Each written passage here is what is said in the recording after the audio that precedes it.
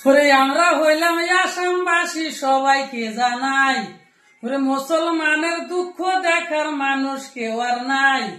উপরে একজন বৈশাই আছে সেই দিকেই তাকাই। ওরে মুসলমান হইলে মামাই বাংলাদেশি কয়, বুলডোজার লাগায়া মামাই, ওরে বুলডোজার লাগায়া মামাই ঘরবাড়ি ভাঙ্গিল।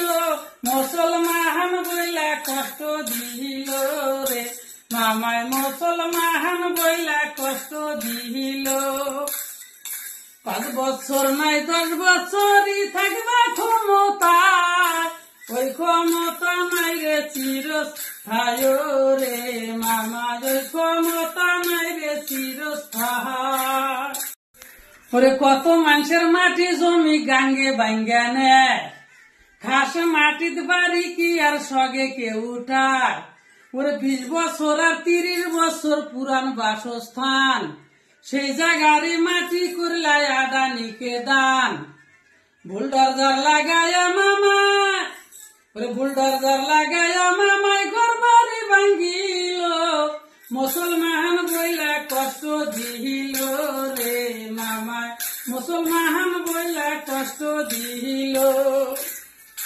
5 বছর নাই 10 বছরই থাকবা ক্ষমতা, 5 বছর নাই 10 বছরই থাকবা ক্ষমতা, এই ক্ষমতা নাই রে চিরস্থায়ী রে মামা, এই ক্ষমতা নাই রে চিরস্থায়ী।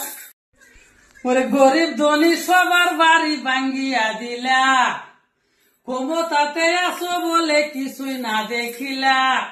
ওই ক্ষমতা থাকবো তোমার 5-10 বছর, গরিব মানুষের বড় দুয়া লাগবো জীবন ভর।